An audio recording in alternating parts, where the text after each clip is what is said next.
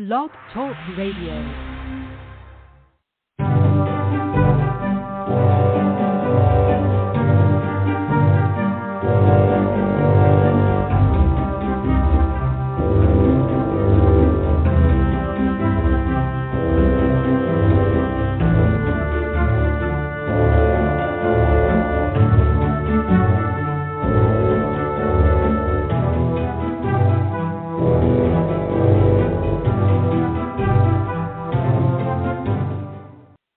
Quintessential Listening, Poetry Online Radio showcases a vast number of voices from around the world. Today, we celebrate World Poetry Day 2021. Your host is Dr. Michael Anthony Ingram. Enjoy the program. The world needs an anthem. There are 195 countries in the world today, and we are all interconnected at the climate level. Alatishe sees a world that calls for an anthem, and so do many other people across today's world. They have all said our time will come. We are our lives, and we do all we can to save our own. Our hearts beat for the coronavirus victims. The world needs an anthem. If you ask who I am, or which local I am, I will simply say that I am peoples. I'm a local of the world. If you ask where I stand, or what grounds I stand upon, I will simply say that I stand for the world. I stand for peace, faith, unity, and progress. If you ask what I see see interdistant countries and faraway lands. I see our doctors, nurses, and carers on the front line. I see architects and builders from around the world building bridges that binds and the roads that connect. Here is a dream. We fly around the world. We fly around the sky. We are together. We are stronger now. Here is a dream. We fly around the sky. There is a song singing now. I wake from bed, and there is still a song singing now. I hum to myself in the showers. It dawned on me that this old world needs an anthem. Our beautiful world needs an anthem. Our beautiful world needs a song. We want to dance. This beautiful world needs an anthem. We march for a purpose. I have never seen my skin on your skin, but I see myself in you. I see you in myself. You are my brother now. You are my sister now. I hear languages. I see beauty in our diversities. Things fall together, and the center begins to hold. Love is growing on every lawn. Love builds in every home. This world needs an anthem. I see neighbors all around the world joining in, singing this blissful song, singing the same notes to the same songs. Togetherness are the chorus in the songs. There is a fall of rain. There is hope in our world. I see the future lights. I see all of us together, frolicking with the same songs. Hello, everyone. Welcome to the World Poetry Day celebration. The poem that you heard, The World Needs an Anthem, was written and performed by poet Alatishe Kowale from Abuja, Nigeria. Given all that has happened to us recently, I agree with Alatishe that the world does need an anthem. I further contend that the world needs a poetry anthem, an anthem that, according to Irina Bukava, Director General of UNESCO, stated, it should be arranged in words and colors, overflowing with metaphor, coded with rhyme, and struck with the right meter. Today's program is a tribute to poetry's power to sway us from the confines of everyday life and to remind us of the beauty that surrounds us and the resilience of the shared human experience. I'm joined today by 5 acclaimed and award-winning poets. These poets will lift their voices and add to the chorus of others observing World Poetry Day around the globe. I give you now my new friend, Sandy Yano. Thank you so much, Michael, and what an honor to be with all of you, listening and reading and celebrating World Poetry Day all around the globe, and I couldn't agree more that the world does need an anthem. I'm going to begin with a poem that actually will take us to Rafah in the Gaza Strip and also to Belfast, Ireland.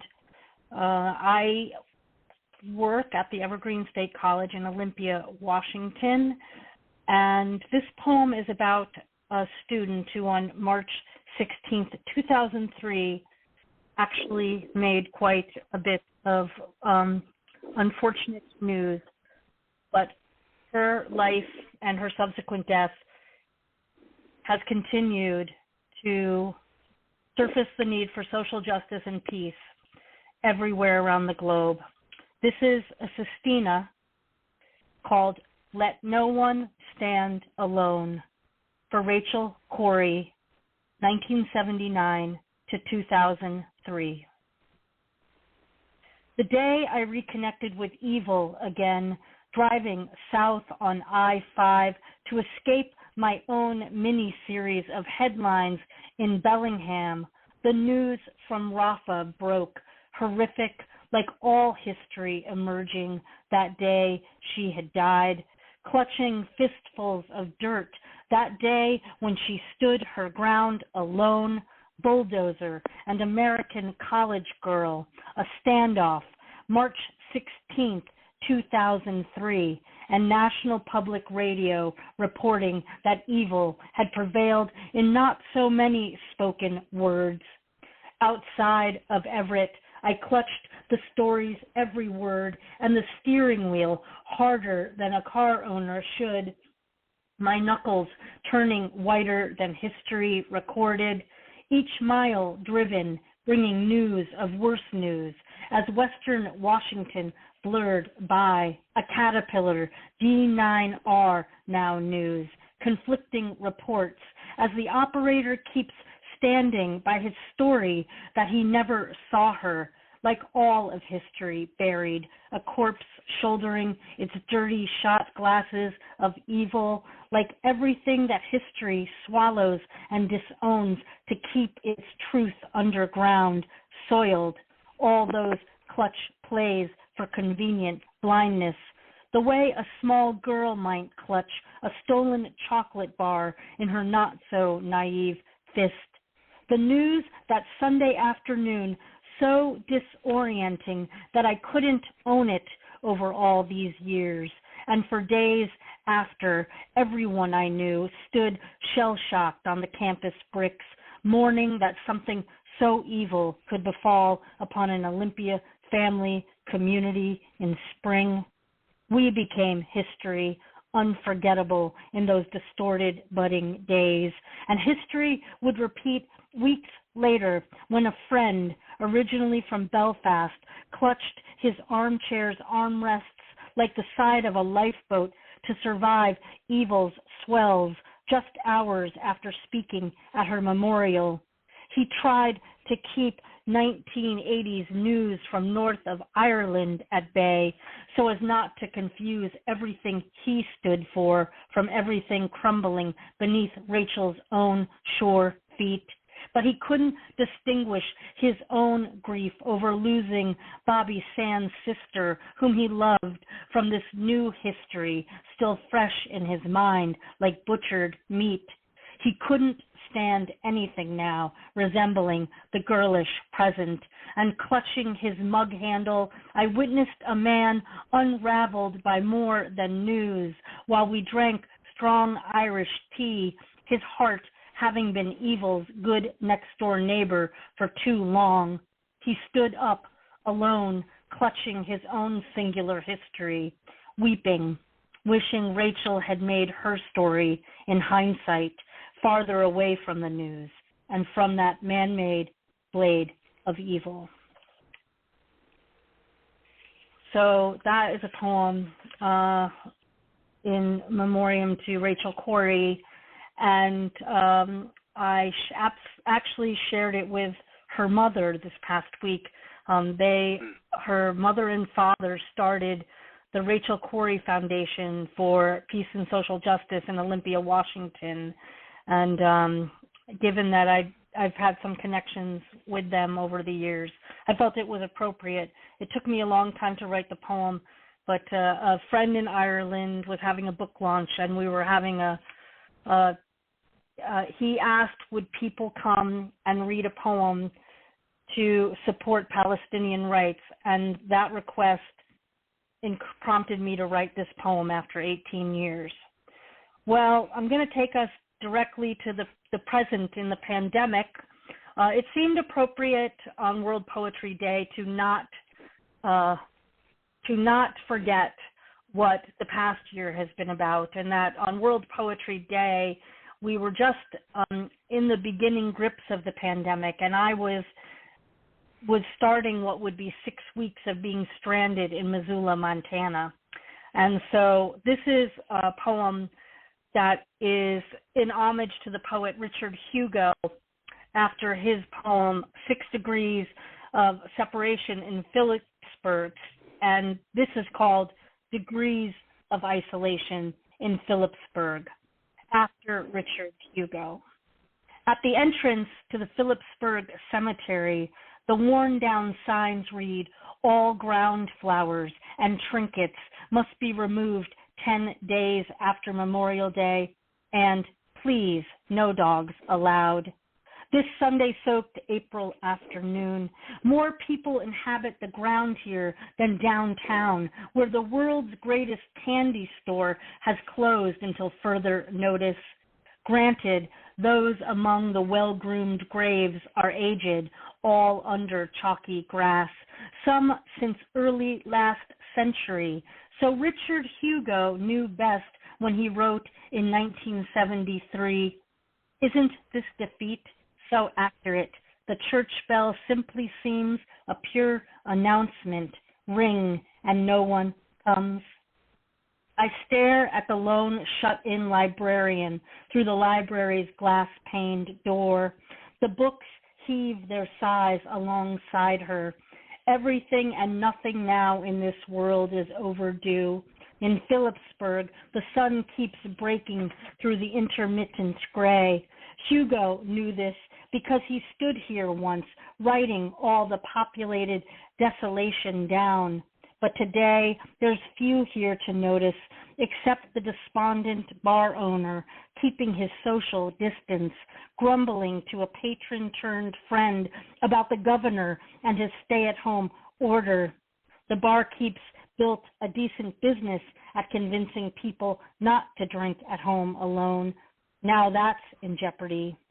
At least Sherry's Pies is still selling homemade pastries and biscuits and gravy for takeout, although no one is biting. With nothing open except the big sky above us, we might as well head back to Missoula, leaving Phillipsburg alone. But if I die here in Montana, far, far from my hometown Atlantic's blue swells, please bury me here in Phillipsburg with plenty of trinkets. Well, as I said, it felt appropriate to. I think most poets have been compelled to write something connecting to their experiences in the pandemic. I meant to also talk a little bit about how the present also always connects us to the past and history. And the Irish poet Evan Boland has spoken so eloquently about the difference between the past and history, and we're coming up on the 1-year anniversary of her passing, so I wanted to pay homage to her and by mentioning her today. And my next poem is going to actually take us to 1912.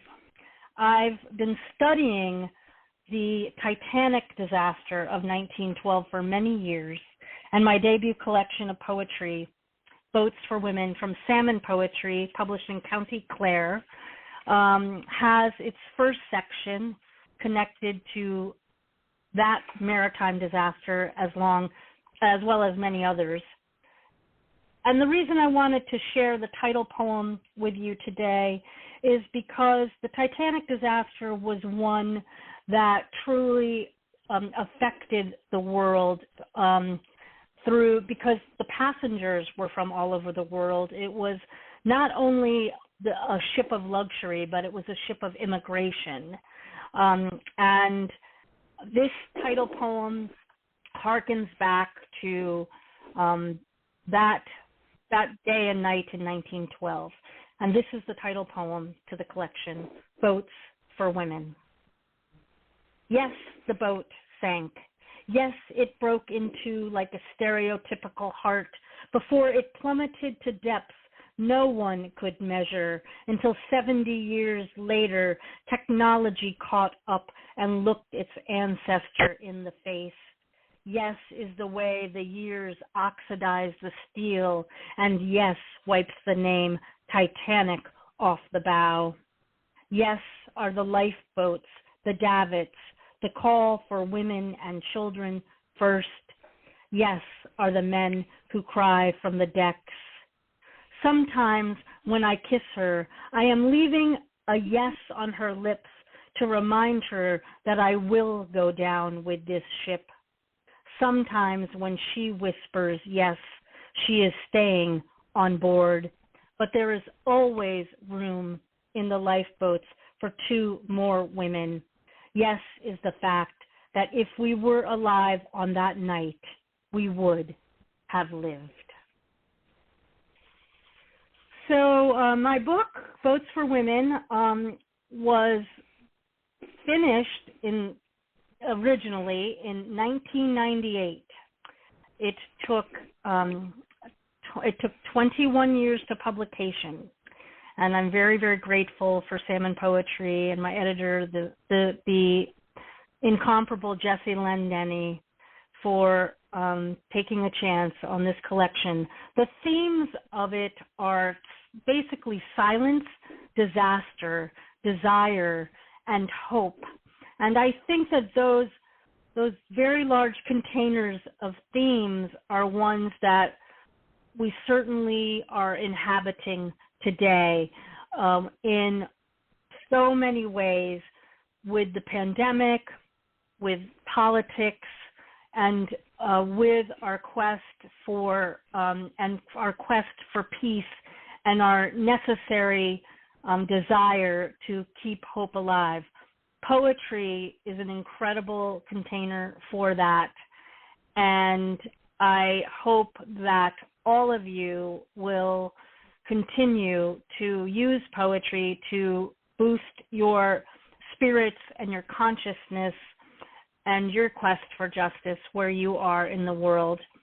I would like to end with a poem that I would like to dedicate to all of you, and this is in the 4th section of Boats for Women, called Manifesta. These are declarations of the most intimate kind, the ones you kiss into your pillow through the concentric night until you wake to feel the presence of the beloved arriving from the other room, even though she is 3 states or 11 miles away. In this moment of half-lucid dream, the distance stands before you, irrelevant as desired new boots. Alone in bed, which side to exit to the floor of today matters less. You've made the choice to turn toward a sacred face, a turn toward your own longing to live, to meet the day head on, not so much a collision as a delicate fusion of strangers now becoming known. In this compressed space, the new feels misplaced, like keys lost for weeks. Beloveds, beloveds, beloveds. Punch your time cards, your optimism tickets, with restless tears to clock the moment you tattoo your present name to your forehead, a reminder that you'll look in the mirror with wonder each morning, see yourself, and remember that the beholder is the eye of grace. Thank you so very much, Michael. I'm looking forward to all the rest of the poets, and to everyone, peace, love, and poetry on this World Poetry Day. Thank you, Sandy, for your fantastic work. Comments for Sandy? Thoughts or comments for Sandy from your colleagues? Amazing. I was blown away by that. The sheer the sheer positivity within her poems is very palpable and strong, and so. I agree with you. I agree with you, Heath. Sandy, Scott, Sandy, I just wanted to. Yeah, I can't believe it took 21 years for that to be published. I mean, all of those were amazing. And, yeah. Beautiful. Kudos. I tell you that you just knocked out of the park. I'm going to have to look deeper into your work. Sandra Yanone, an incredible poet. All right. Our next poet is Heath Brocker. And yes, the poems that I had chosen to read are not quite as uplifting as the poems that were read so far.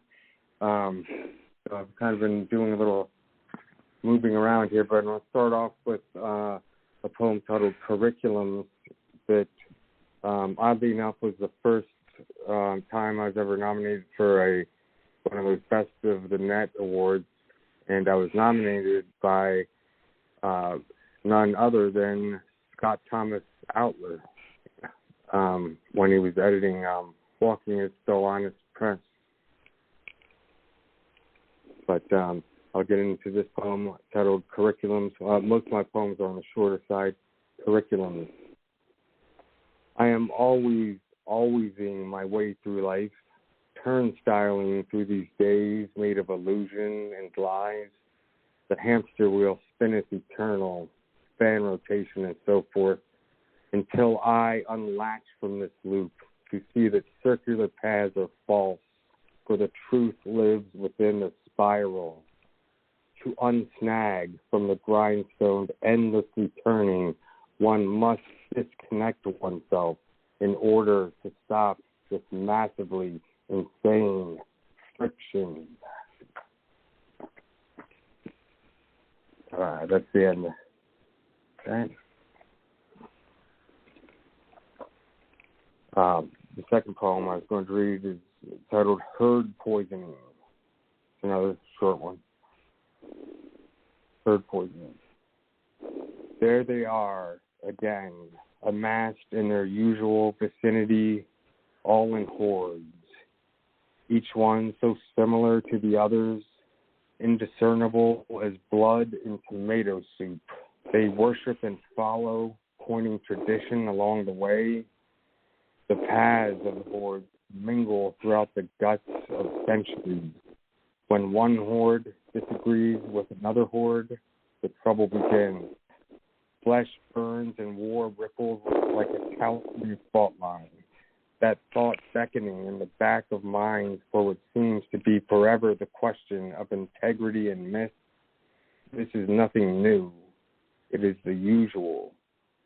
Sometimes doves come, but mostly it's the vultures.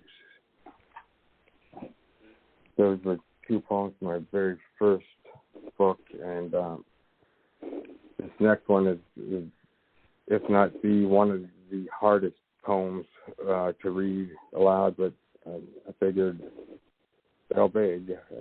It's titled The Hallucination of Non-Existence. Pleasantry is actually prevailing prison-headed prevalence. Natalie is not a nucleus. Brick, bracken, bitten, bloody, backwards, burning bulldozers. Inertia equals undone.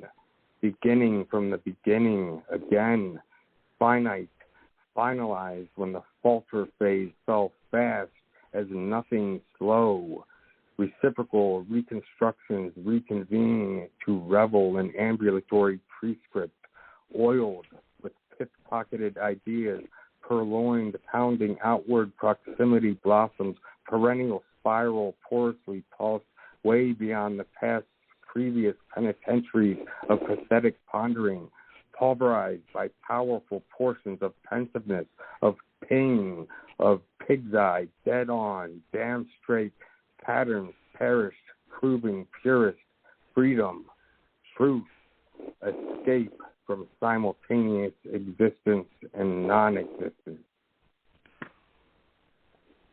And then I hadn't planned on reading this other shorter one, just to keep it more positive. I'm going to read a poem titled A Letter to Mirrorism.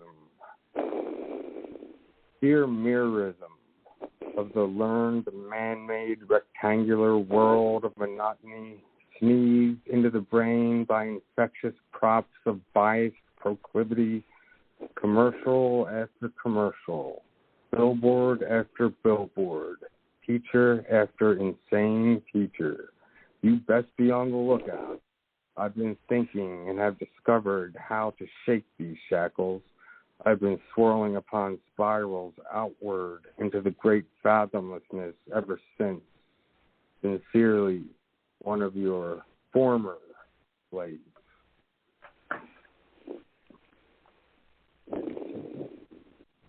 That one was also nominated for one of the Pushnet Awards, whatever.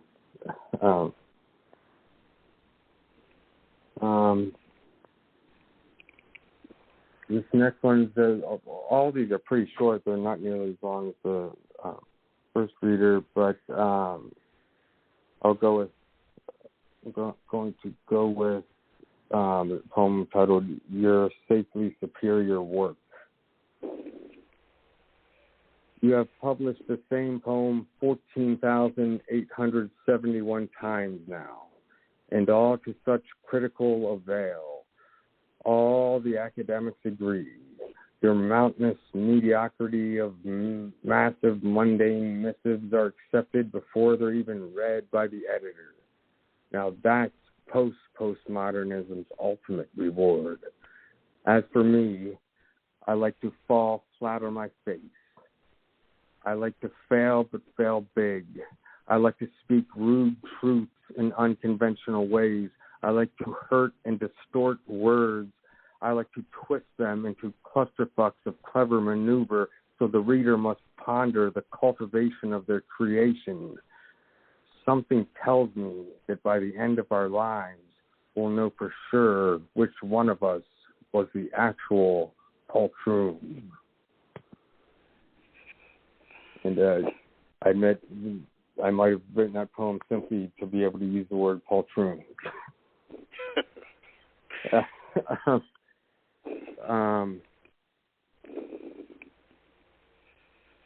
Next one's the newer one titled let me know when I'm going over my time. Oh, yes. No problem. But, just let me know. The Phony. Just because you have italicized your life does not give you the right to walk all over the brittle sincerity you have chosen to divorce yourself from. Why, you ask from out the pile of shiny trinkets you hide beneath? Because no matter how brightly the sun glimmers off the perfectly waxed hood of your Lamborghini, we, the last people of salt, can see right through your fancy facade to the cowering child, riddled with fear and self-doubt and apathy and poisonous mirrorism and weakness that is your true self. You have no right to place yourself above us in the hideous hierarchy of humanity that lives only inside your head. And after such a vulgar display of behavior, how dare you? This next poem is another short one, titled To All the Fool Wishes, and this one was most definitely inspired by Alan Britt, the great Alan Britt, through a kind of a misunderstanding. I won't go into that as far as the title, but To All the Fool Wishes. Entire environs have become transmitters of an over-personified manifestation twisting through the multi-dimensional ether like counterclockwise wisteria sprouting from the lungs of ashen children. It's the inevitable scorch, the pangful kiss, the curiosity that intellectualized the cat before killing it. Mouths turn the shape of Cheerios, thank you, Philip, and stare at the sky, awestruck, equivalent to some vague description from a biblical passage. And since I'm being kind of a downer here when everyone's trying to go, I'm going to read one. I'll read one more, and then because I didn't stock up on any more of the uplifting stuff. I'm going to try to right here. This one's again, but there's a lot of truth in this poem. I think sort of filthy creatures. An eye for an eye and a truth for a truth. You can bandage those war scars, but you cannot hide their botched skin hues, vestiges of the innocent blood you so recklessly shed. The eye patch may look like a fashion accessory, but I see through it all.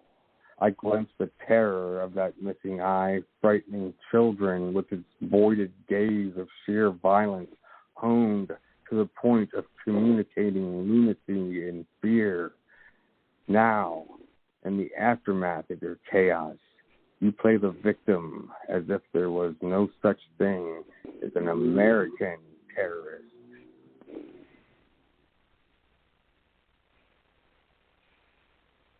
And yeah, I'm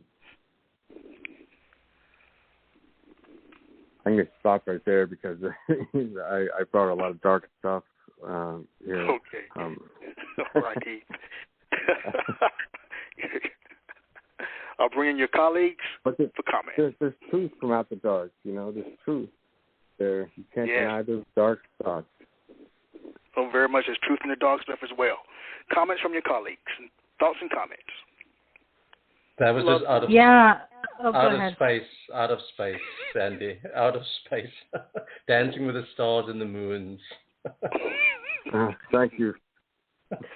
Yeah, Heath, I just, some people would maybe say that the poems are rife in what would maybe be called existential crisis, but I think crisis, though, crisis might be my new word for truth. So I view the poems as about existential truth, capital T truth. And in those first three poems, the spiral appeared in every single one of them. And if we go back to the first poem, the hamster wheel, that circular path, the truth lies within the spiral. And it made me, it's making me really think about this past year, but also what I was talking about earlier, that, the past, the present, and the future are their own circular spiral that we're all within. And I really marvel at how you talked about the aftermath of chaos, but the aftermath of chaos to me might be that thing, that Mobius strip that brings us actually back to some semblance of hope. So I found them them really moving poems. Thank you for sharing that. I'm really glad you picked up on that particular part. Circular paths are false, but the truth lives within the spiral. That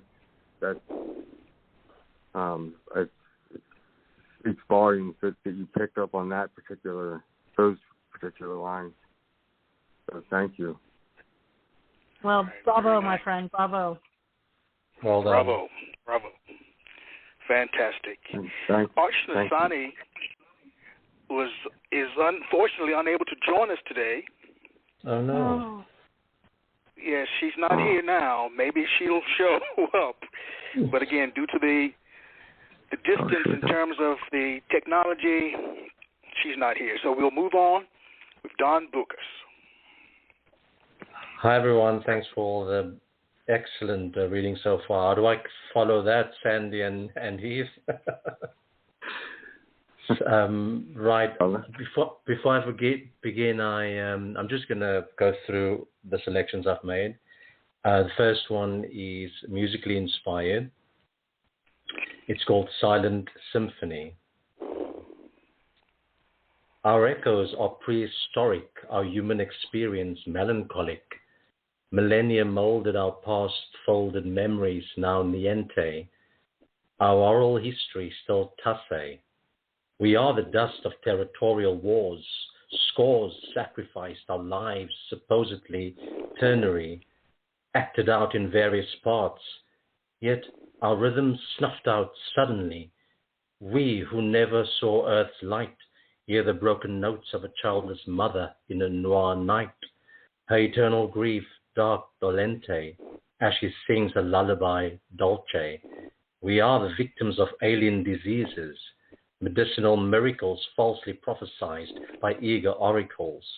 Our demise painfully calando, as they declared us eternally chiuso. Our swan song pensively penseroso, our sacrifices and omaggio to eons of bravado, our cries trumpeting steady staccato, as we remind you of erroneous choices made from revolutionary noises. Our passion is ballabile. We mostly enjoy it brillante. Our art is abbandonata mante, as we create accarezzevole and a hint of bispigliando. It remains a bene placito. Oh, that was my take on a symphonic overtone there with Silent Symphony.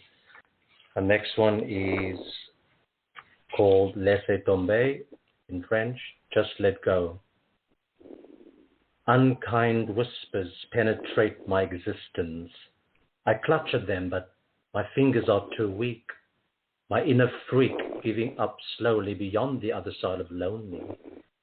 If only I had the courage to exact psychological carnage, gaining healing mileage. Instead, I soak it all up, but inside hides a porous cup.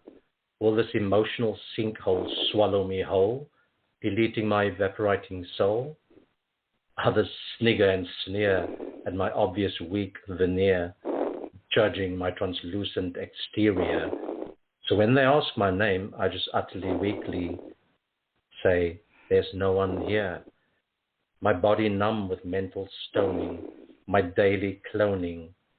My essence has lost its sparkling effervescence. What was once my determined resistance has disintegrated into nothingness. I need to release this forced inner beast, darkening my brittle psyche. If I am to set myself free, I have no choice but to just let go and rid myself of my noir, charcoal, choking halo. My next one is Ataraxia, and this will be the last one from my first book, published in 2016. Ataraxia. In this ever-changing global village, we all struggle to feel as one. Some blame religion. For others, humanity has not yet begun. We all seek blissful inner serenity, so calm, so sweet, peaceful longevity, a lasting reality.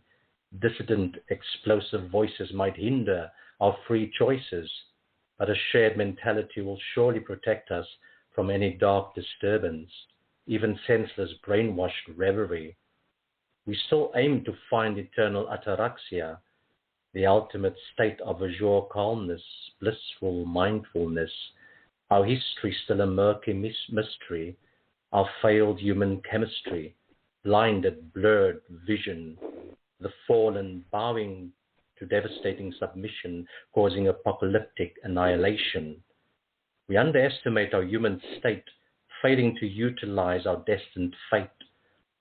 Plagued by velvet wars, settling selfish scores, influenced by false, self-appointed scarlet prophets, brainwashing us for their own political profits. Yet we somehow find a shared inner rhythm, a soothing hum, a necessary quietude, a positive attitude. We yearn to remain ataraxic, obliterated, toxic, permanently optimistic.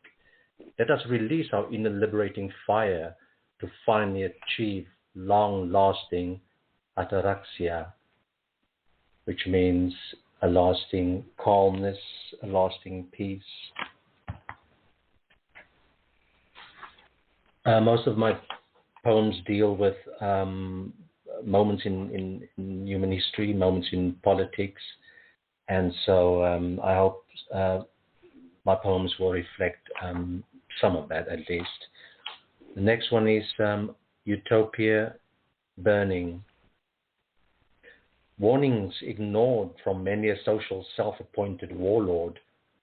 Echoes of dissident discord striking a high-pitched off-key note as hungry flames lick and lash, causing an apocalyptic, molten urban and suburban foretold mess, whispered by familiar oracles, their verbal miracles documenting their fiery cautionary chronicles of systems slowly imploding, temperaments exploding, fake veneers and smiles exfoliating as ignorant masses squawk for a helping hand from those witnessing their demise, and burning, squirming, shedding acid tears for utopia burning. And so apologies for any negative overtones, but I do try to link into what's happening in the world, and hopefully I will get to a positive one later on. Right. Okay, the next one is called The Speech.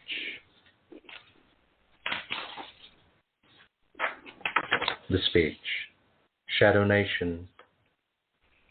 We exist in cold shadows where our fading echoes are drowned by your bulldozers in the name of progress.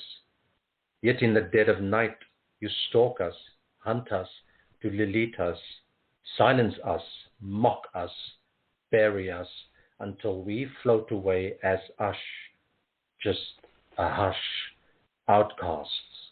We the mothers, we gave you life, but your journey crossed unknown paths, bowing down to greedy gods, sucking your soul dry, but you welcomed promised riches, licked bitter molasses with gravy-trained false preachers, forgetting your inherent good essence, resulting in your foretold death sentence. Our grief is no relief. Our warnings faded into nothing as you left us broken, eternally hurting. Vision X, your world is no more. You are here, but in another sphere, another existence, an alternative reality, because of your foolish insistence to enact nuclear annihilation, depleting all nations. You stare at me, but your voice is muted as you attempt to explain your existential burning pain, still searing through your perforated, punctured soul, how you willingly participated in a man-made, selfish, senseless, final war to claim the ultimate earthly prize, ruling the global village. Oh, how wrong you were, thinking you would last your nuclear winter, but you melted each other, deleted each other, destroyed your earthly legacy by your insatiable hunger for power. Well, here you are, stuck on planet X, destined to find no eternal rest, while the dead stars of eons ago further darken this existence, and the light of exploded suns now blind your new vision.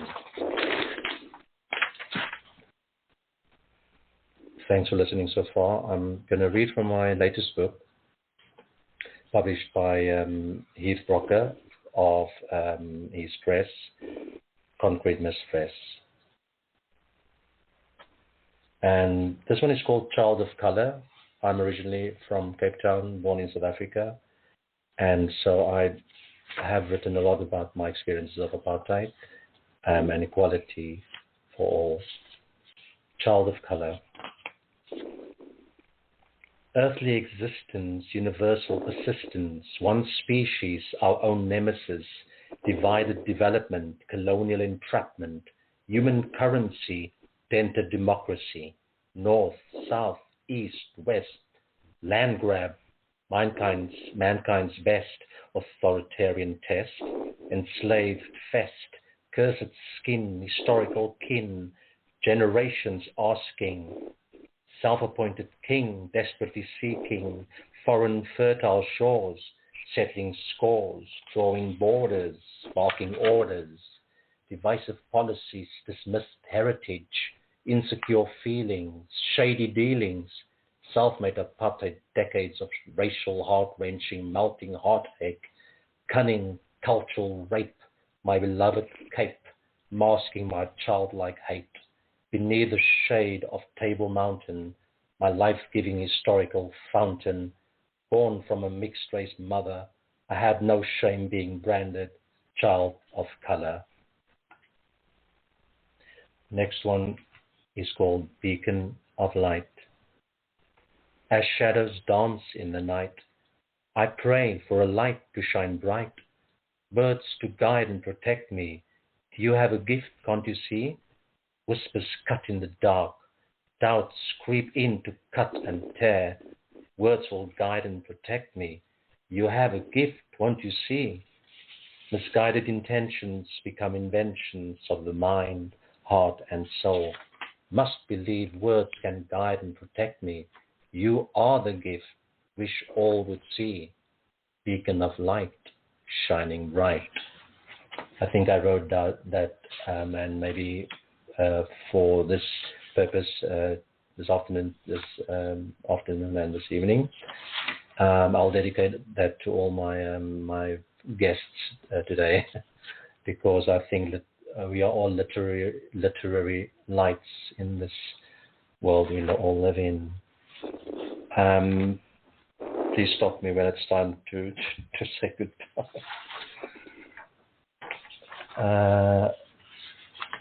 Right. Okay, sorry, I'm just trying to sort myself out now. This one is called Into the Blue. A golden crust of fossil dust crushes beneath me, softened by infinite time unknown, sand-blown wind caressing me, gently guiding me ever closer, hypnotically into the blue. All senses adapting, evolving for a select few, deeper into the azure void, surrendering into a weightless float, observed by prehistoric life forms abound. Their curiosity and life force astound. A sudden intrusion amplifies confusion. Liquid womb violently contracting, the predator no illusion. My presence exposed. It catapults me out of the blue. A lonely gull mocks my shame from above as I'm gently aborted away from the blue. I think I'm going to stop there for now, and if there's time afterwards, there'll be time if we're told to. So thank you all. I think I'll stop there for now. Thank you, Don. Pleasure. Comments for Don? Amazing as always. I've always said Don has the perfect voice for readings with his tone, and the accent helps just the way he flows. If you say so, but thank you very much. I say so. I don't know much, but I know that. Mm-hmm. Thank you. Yeah, I wanted to share, Don, that I think that your poem's so powerful because it speaks to the power of voice and talking about rising above kind of the noise of oracles and the prophets, and who really are the prophets and the oracles, and as a feminist here in America, I'm a person who, as I said, studies the Titanic, which is deeply connected to man-made hubris. Yes. We continue to experience I think globally, the challenges of man-made hubris, and I believe it's the poets like yourself who call for those beacons of light. Yes. We're the real voices, right? And, Definitely. So I so appreciated all of your body's work, and Thank you very much. And also bringing in the diversity of language, and the speaking of truth to power through your own histories. As Thank you very much. I appreciate that. You're giving me goosebumps. Thank you. But that's what we're here for. World-class word weaving right there. I mean, yeah. Top of the top. Also, Don, I wanted to say something. I wanted to say something, Don. This is Archana. I really loved your poem, Child of Color. You. Hi. I really loved it. I felt kind of like, it's a summation of history, man's inhumanity to man, all the stupidities. So I like the way you brought together the isms, colonialism, fascism, apartheid. And so it really had this packed with power. Thank you very much. And also it's born out of personal experience. Yes, I think definitely. And that's what really makes the poem significant. So thank you. I appreciate your feedback. Thank you so much. Good to hear your voice. All right. Well, the poetry gods are with us today in terms of technology. Archana is here. Yay. And, that's a great thing. So I'd like to turn the program over to my friend, Archana Sani.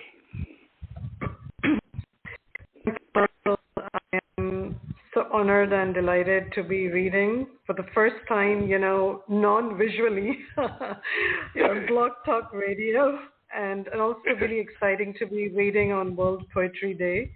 So I'm really grateful for this opportunity, Michael. And I also want to thank all those who are listening in on this special day. I'd like to begin with a rather simple, one of the most simple poems from my collection called Another Nirvana. It was published in 2018 in Toronto by Mavenzi House. And this poem I'd like to dedicate to the unspoken poetry that I believe lives in all of us. So it's called Earth from Space. This poem was inspired by a satellite photograph of the Earth at night. So this is how it goes. Astronomers will turn poets, and poets shift perspective when in space, relinquishing paeans to the night sky when they look down on Earth at night and see ocean as black soil of one Earth, and Earth as seamlessly swirling indigo speckled with starlight. They will give a burial once and for all to the multicolored globe of the divided mind.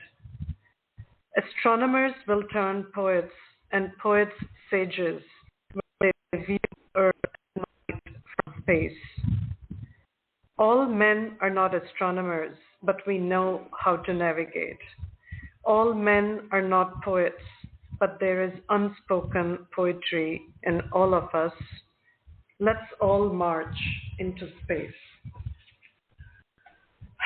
So the second poem I'll read again from the same collection called My Immaculate Conception. Most of my poetry is of a highly personal nature, and it's kind of more interior rather than connected to historical and political events. But it's changing. The poetry is changing over time. So, and I find that motherhood is a very strong theme in my poetry, and it's so this is one of them called My Immaculate Conception. I have a child. She is the aggregate of all the men I have loved, and the dross of my flesh, In that brooding space which yields to everything, she was born. Like a ripe red rose, she incarnated from the dross of my flesh. She has been born and has died 1,000 times. Tonight she is alive, doing what she always does, haunting my house and breaking my sleep and eating her death to incarnate endlessly. This is how she plays with me. Tonight she is alive. She stands in front of the mirror, trying on faces for tonight's play. She wears all my faces, but is not mine. She is not her father's. Her fading fathers stare back at her, baffled, struggle to recognize her.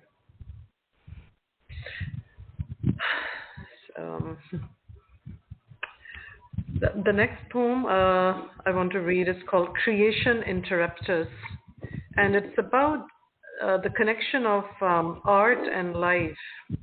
I find a lot of my poems play with this theme. So, Creation Interruptus, and it's a kind of a take on Coitus Interruptus.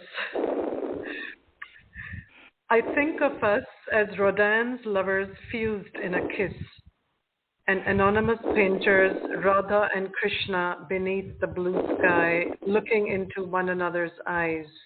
An upturned yabbium left forgotten in an ancient cave, the legs of wisdom tightening around compassion's waist.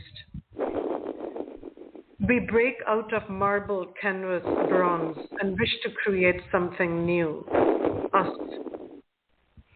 You take the final moments of my hesitation into your brush, conflagrations of red and golden light turning into muddying yellow, fire-melting eyes disturb your canvas. I take your blending, bleeding colors and give them a voice. The voice turns into the chanting of priests, guttural speech, the sound of crackling fire at the core. We enter the beginning of time. And then you disappear. You are not quite there. You are the one I have been waiting for. Only you could have called making love to me a benediction. All is reverberation and rhythm. This is the perfect moment. We are about to begin. Come to me now.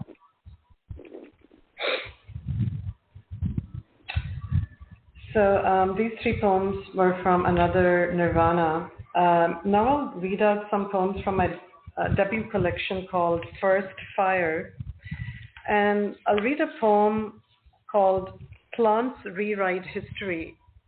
I find that I've been attracted to outsider figures like, the rotting dead and a lot of creatures of darkness like Lucifer, Count Dracula, and so forth. And I think plants fit into that category. So I wrote this poem sometime in the mid-90s, without realizing that plants will become the heroes on the planet. I just have a request. There's a very heavy breathing coming from someone, and if one could just, I don't know, there's kind of a really heavy breathing, which I couldn't, so some kind of a malfunction on the mic, perhaps. So here's this poem, Plants Rewrite History. Eyeless and without a yawn, we still see the dawn breaking. Our chlorophyll has never slept since the earth began. Move over, two-legged man, and see that we are the first pagans, raising our arms to the blazing sun, eating sweet mouthfuls of earth. Our every meal is a prayer, is a meal. Have you ever heard a scratching sound on the pages in our bark? Watched how the soundless calligraphy of creepers verges onto a word? In your church, why do you never sing the mystery of our bark that is your flesh, our sap that is your blood? Oh, our kingdom reigns yet in coal and oil and every seed, and the fossils that lie beneath the sea. Once we danced upon the earth, but for you we stood still, became motionless between sky and earth, so that you could move and dream. While you crowned yourself with thorns, our toes turned into roots, shuddered, and were still. O sleeping, heaving, million-eyed beast, so blind he will never see, so now we reveal. Prometheus was not a man, but we. We stole the fire of the sun, shooting it as sap through our 100-armed history into your dazed open mouth. And you suddenly opened your eyes and forged a wheel. That's Plans to Rewrite History. The next poem is a short poem called How Zan Lost His Paradise. My African-Canadian friend Zan has this habit of introducing himself with an account of how he lost his paradise. Zan's paradise was a wish into which he walked just after Genesis and spotted unfallen Black Eve and Adam sitting blissfully under the apple tree. I knew it. The scientists were right. Mother Eve is a black woman, he yelled, and tearfully rushed forward to embrace his own kind and the origin of us all. When Black Eve spotted him running towards her and shrieked, "You must be the devil." So this is, how, the power of stereotypes. Stereotypes, I feel, are internalized not only by someone from another race and culture, but sometimes, unfortunately, by persons from that particular race, culture as well, with unfortunate consequences. Okay. My next poem is called She Who Tears Apart Thought. And, I mentioned in my bio that some of my poems are of a spiritual nature. So way back, I had what is called a, Kundalini awakening. It's a spiritual Kundalini awakening. Kundalini, for those who are not aware, is evolutionary life force which lies at the base of our spine. It is present in every atom of the universe. It propels it. It's an all-knowing intelligence. And when people have a spontaneous awakening, it means evolutionary force feels you're ready. You're ready for that spiritual journey. So I have been on that journey, and which has kind of deepened further starting last year.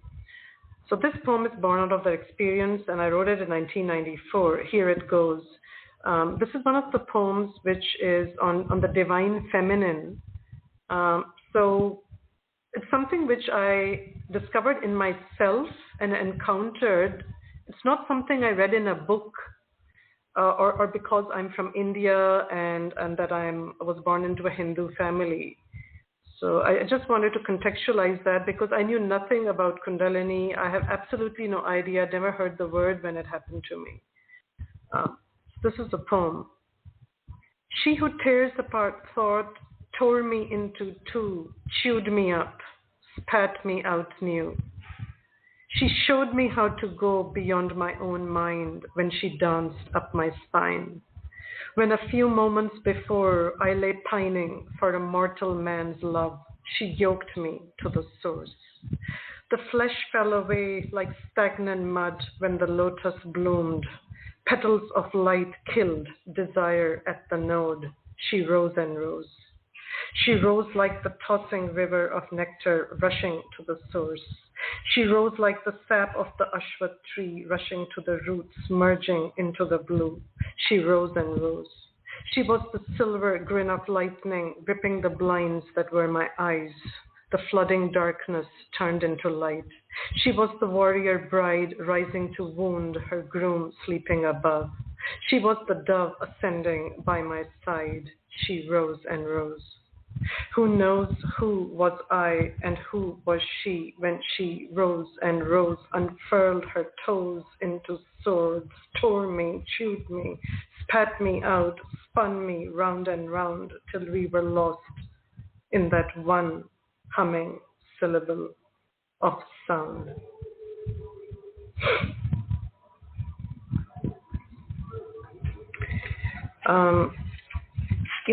I believe that the divine feminine is something which connects all of us, humanity. It's not something which is only present in women. It's present in everything, every living creature, in men, women, in every living thing.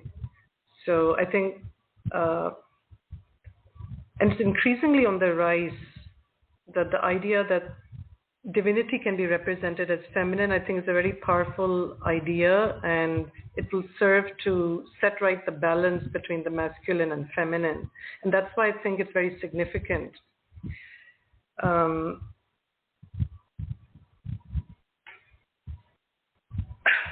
There's another poem, again, born out of the same experience in 1994, and it's called Sap is My Heritage. It's the last poem in my debut collection. Things that cannot be seen belong to me.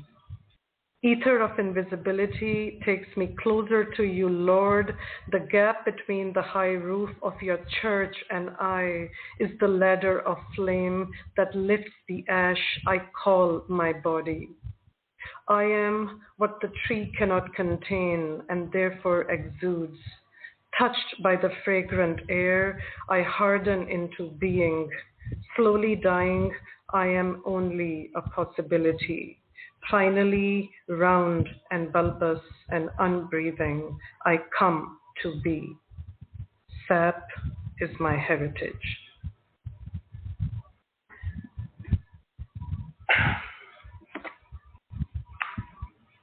So these were the poems from my debut collection, First Fire. I'd like to read a more recent poem, and it's called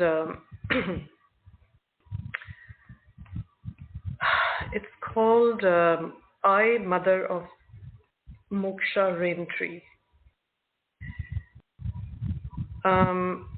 Moksha in Sanskrit means liberation, and Raintree is a First Nations last name. This poem is about my imaginary daughter, whom I long for, who was, according to me, supposed to have been born. I left it up to the cosmos to manifest her.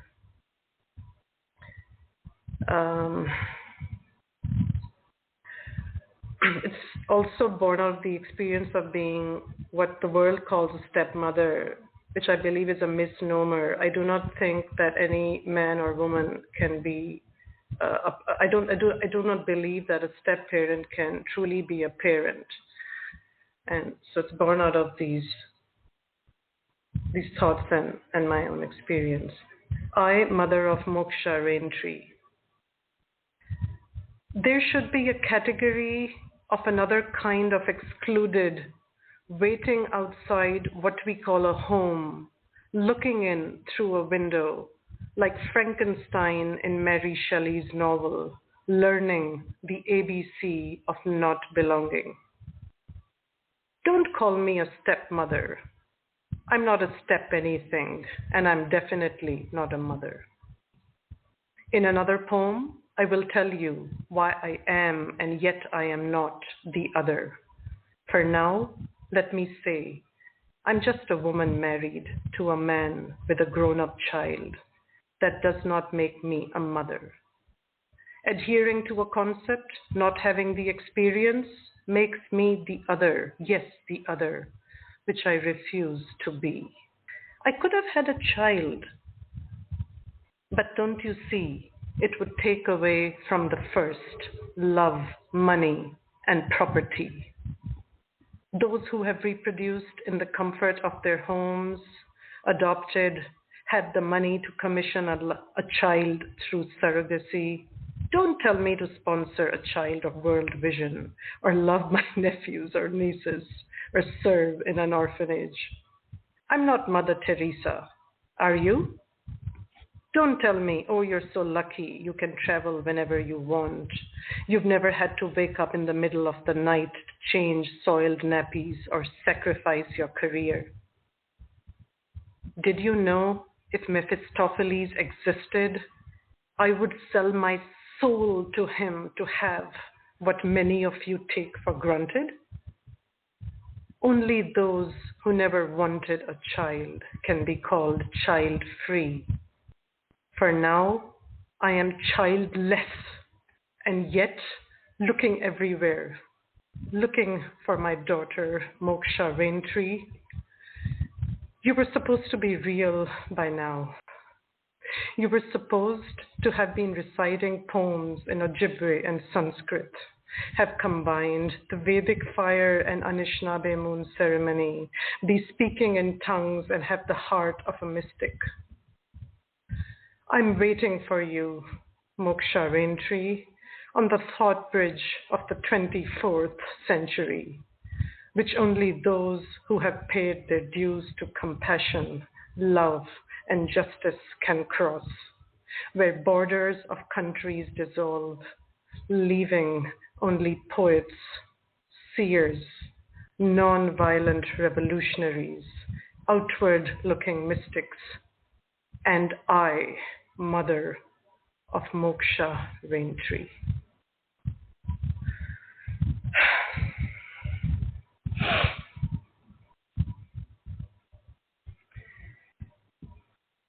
So that is I, Mother of Moksha Raintree.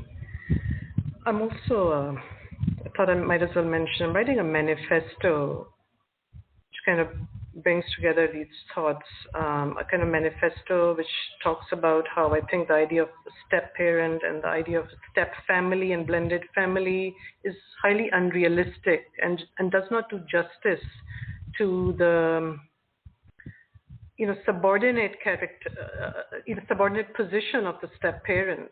So I think it's more realistic to talk about it in terms of a new family constellation emerging. And I think that there has to be new conversation on this. So I hope to complete this manifesto. I don't know if I will, but I'm still trying. If I still, Michael, how am I doing for time? Do I have time for one or two more? You have time for one more. Okay. So my last poem is a recent one, and it's kind of connected to Tibet. I have a high regard and love for the Tibetan civilization and its people. But this is more personal in nature. It's called When You Played Your Flute. When you played your flute, the prison of my being opened. I walked through parting doors upon doors of clouds made of heaven. When you played your flute, my heart was the pagoda flower that bloomed on the highest plateau. When you played your flute, the air on the third floor of Drepung Loseling sighed, thinking of our paths that almost crossed. When you played your flute, I remember how our hero souls were sent out of Bardo land on separate arduous journeys to deserve the gift of our meeting. When you played your flute, I saw Tibet through your eyes and wondered, could I be your Tibet? So that was my last poem. Thank you so much again, Michael, and thank you, my colleagues, and for everyone listening in, and happy World Poetry Day to everybody. Thank you. Thank you so much. Yeah. Comments for Ashna. I really love the poem about transcendence and the lotus and the one syllable, the Om, I'm assuming. That and the other poem with Prometheus saying Prometheus, we or us, and the 27 arms, 27 arrows shot Thank to you. the mouth. That was really great. Thank you. Thank you. Beautiful work, Archna. Beautiful work. It was very cultural and learning a lot about views from that part of the world, Archana, and so thank you for that. Thanks a lot for your comments. Thank you so much. All right. Our final poet of the day, of this World Poetry Day, is Scott Thomas Outler. Scott, are you with me? Absolutely. First of all, thank and please you take your time. so much. Thank you so much for the opportunity to be here today, Michael. Yes. Happy Poetry Day to everyone in the world that's listening in.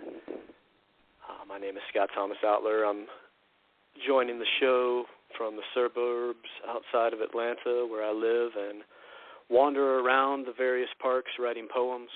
So I'm going to be sharing a few of those today. It's been a pleasure listening to the 4 previous guests. Sandy wanted to say congratulations on the release of your new book after 2 decades. That's quite a journey, and I'm sure you're excited about that fruition. Heath really enjoyed the line, you have published the same poem 1,400 some odd times, had me cracking up with that one. Don, always a pleasure to hear you read. That great voice of yours, commanding, powerful performance. And Archana, really enjoyed the spiritual nature of your work earlier. And glad that you were able to join the show from India and really bring the whole World Poetry Day theme and energy into full form. And being from India, that reminded me of something that I wanted to mention here at the top. One of the projects I worked on earlier this year was with Setu Mag, which is a bilingual journal that publishes in Hindi and English each month. And for the last 3 years, they've asked me to come on and be the guest editor for their Western Voices edition. So I want to thank Sunil Sharma and Anurag Sharma there at Setu Mag for allowing me that opportunity again this year. We had 31 great writers in the issue, and that was released earlier this month. So if anyone wants to check that out, I highly encourage it. I'm going to be reading some poems today from the collection I've been working on for the past 2 years. It's called Evermore. It's written in collaboration with my co-author, a great friend, Mihaela Melnick in Italy. And we've been writing the poems for 2 years. The last 3 months have been in a creative fever as we put the final touches on it, and it's set to be released later this year through Concrete Mist Press. This is one of the early pieces in the book, encapsulates some of the themes that come up throughout the collection, so I thought I'd start with it. Ham and Havarti on Sourdough. This is a scripture about animals on the farm, of which I am one, a chronicle of their actions, swine and lion factions, a fascination with the trowel. This is a tale about the moo cow, golden milk and rawhide leather, a howl from the slaughtering fields, 12 score of eggs divide in fractions, a scrap of cake for the holy geese. This is a rant about cheese in the cellar, of rats and wine where weasels roam, a chant about foxes lost in the henhouse, pecking order, clutched pearls and crown, a blanket from the shearing season. This is a vision of snakes in the cud, the smell of skunk and rabbit blood, a warning about the spit-shined blade, hyenas squeal and curse their fate, a gavel in the eyes of owl. That was Ham and Havarti on Sourdough. It was nominated for Best in the Net by Gnashing Teeth Publishing in 2020. This next piece is another one from Evermore, And one of the great benefits of working on this collaborative project with Mihaela is that I no longer have to bear all the weight on my own when doing readings, so I'm happy to be debuting a couple of her poems from the collection here today as well. This is The Gracula by Mihaela Melnick. A bird of tar flew low, twirling the dust, and perched on my thigh, uplifting the gown as the branches above rustled and twined. A worm took a bite from the hanging apple. All this madness occurred under the flickering tongues of a street lamp fire, in a dream with no slumber when the worms, never mind them.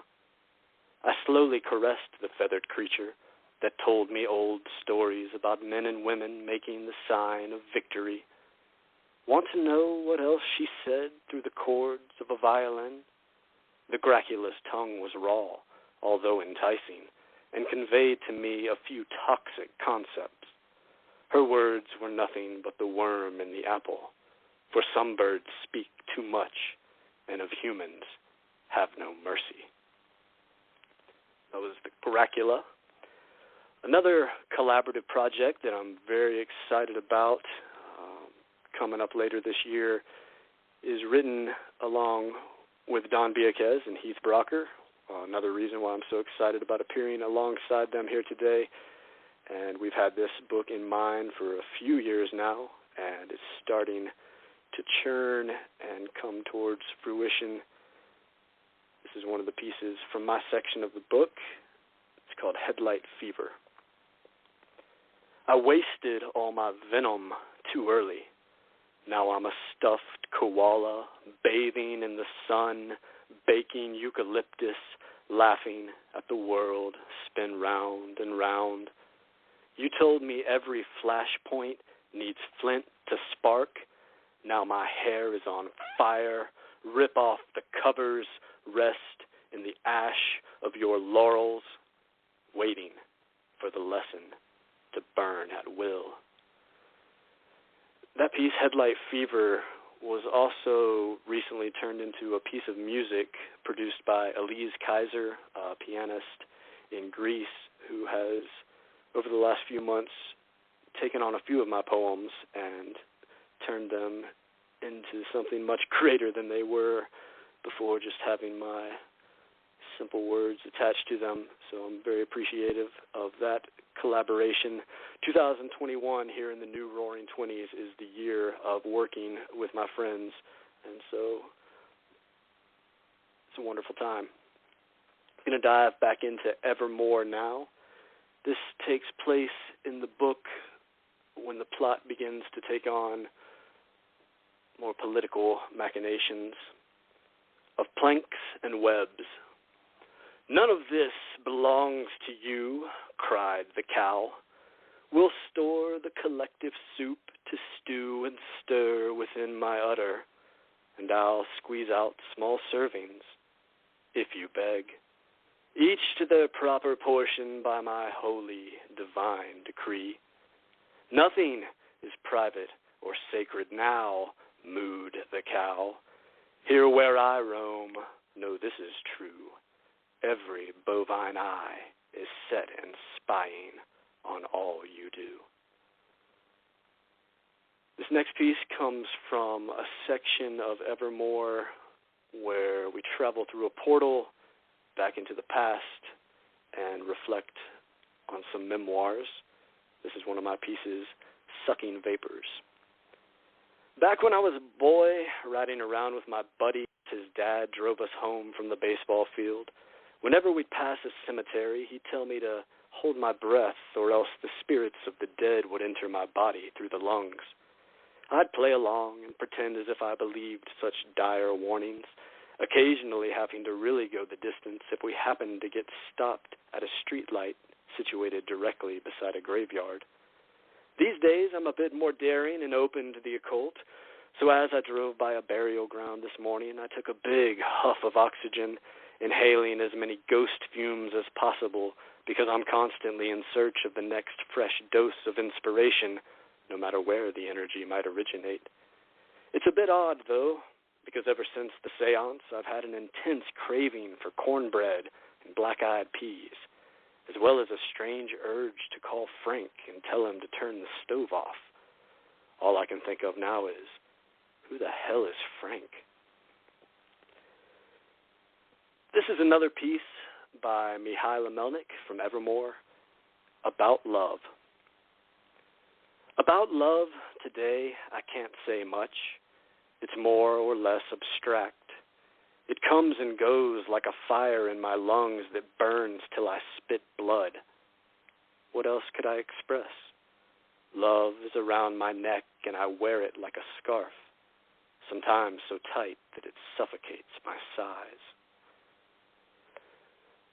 I wanted to take a moment and mention that I host a podcast called Songs of Salah every Monday at 8 p.m. Eastern right here on Blog Talk Radio at 17 Numa Radio Channel. So I really appreciate being a part of this show today where I can take my host cap off and have just been able to relax and listen to a lot of great poetry and now read a few here at the end. So thank you, Michael, for that as well. This is another piece by Mihaela Melnick, How It Comes, How It Goes. Everyone leaves a scar on my skin, on your skin, in my heart, in my soul, here and now, or 1,000,000 miles away on some shore. Everyone takes bits of me and gives all or nothing in return, in advance, in vain, in this life or in another one.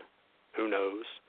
Everyone craves and loves, hates and cries, just like me, just like you, like them all.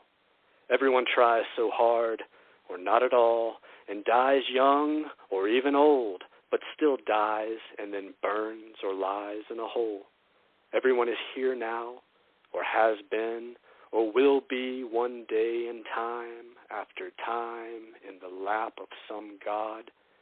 And we walk our own road with that key hanging gravely from our necks in spite of all wars and in spite of the word no.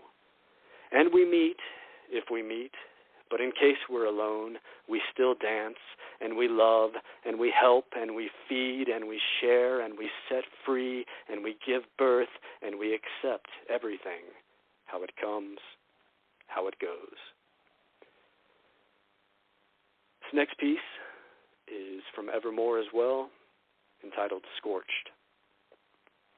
A shoelace unraveled, loosening threads, bark, bleed, trip, and fall.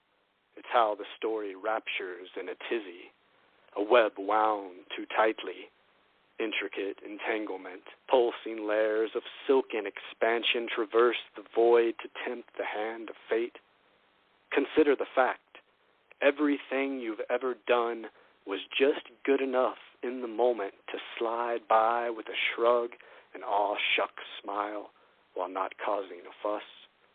But once the scales have finished weighing all the sand and the sugar and the salt from your deeds, more will be demanded of your actions than simply placating karma. For life transcends the game of patty cake and rings of roses. And some lovers wax poetic from their hearts, and some philosophers pontificate ad nausea, and some priests prattle on about the soul. But some ideas are born from burning bowels, and these leave a trail of ash along their path. If anyone's interested in checking out more of my work, they can do so at 17numa.com. And I've got one more piece here tonight in celebration of World Poetry Day. This is the opening piece from my book, Abstract Visions of Light, available through Alien Buddha Press. Transcending Definitions. Art is not an institution. It is an inner fire born out of those whose eyes pierce deeply into hidden, burning beauty. Art is not a class taught by academia. It is a holy vibration pulsing through the veins of those who sense the truth of this world's perfect purity. Art is not a transaction. It is a soulful expression that has no choice but to be released as a reflection of the source. Art is not a sales pitch. It is an intense emotion coupled with a vision of crystalline transcendence that ruptures open new dimensions, is not yet ready for the grave. It is a raging protest against the mortal flesh that sings the sweetest melody about overcoming life's suffering. And in that piece there is a line, art is not a sales pitch, but do just want to mention that everyone on this show does have books for sale and that are available. So if anyone enjoyed any of the artist's work tonight, please do go check out their work and order some of their books. Thank you so much, Michael. Right. Thank you, Scott. Comments for Scott? Scott. Oh, Frank. Scott. Scott, I loved your poem on art. I think it's very powerful. One of the most powerful poems I've heard. I mean, it's amazing. Very poignant. When you talk about art and suffering, it's beautiful. I really appreciate that. I just want to say to Scott that his poetry is very daring, forward-thinking, futuristic, and looking back at the past and stratospheric. I've learned a lot, Scott, about your bending of words, your capacity to go further and beyond. So thank you very much for your inspiration. Thank you, my friend. Scott, I just wanted to add something, and also, for the people listening in, and also wanted to respond to, you said that I'm from India. I think geography is now sort of sending me into a kind of existential crisis. I just wanted to clarify that I'm reading from India, but as a poet, I only identify with Toronto. Actually, I'm not part of any literary community in India. Oh, okay. Fantastic. Thank you for clearing that up. Yeah. Because, all right. I just wanted to add, I actually discovered India and Tibet and First Nations in Toronto. So just stop here. Awesome. Love Toronto. Been there a couple of times. Great scene there. Well, let me ask this question. Today is World Poetry Day, as we all know it. What is the role of a poet in modern day society? So much is happening. What is our role? Right now, I feel in to a degree, I think it's always been this, but is to expose truth and do it in obviously some kind of aesthetically pleasing way. But I kind of, as far as my writing goes, I like to try to look in different areas where I think no one else has looked before, explore, expand, and just kind of push forward. And there's an aspect of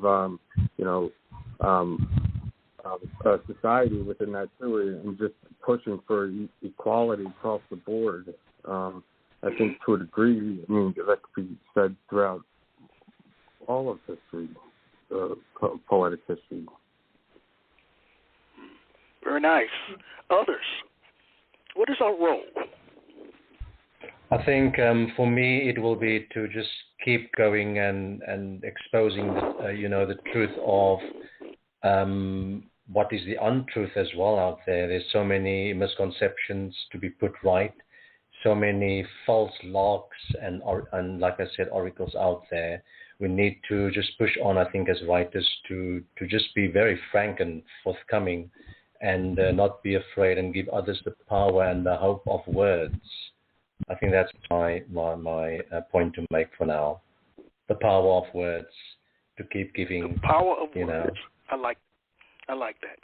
Anyone else? The role of a poet in modern day society.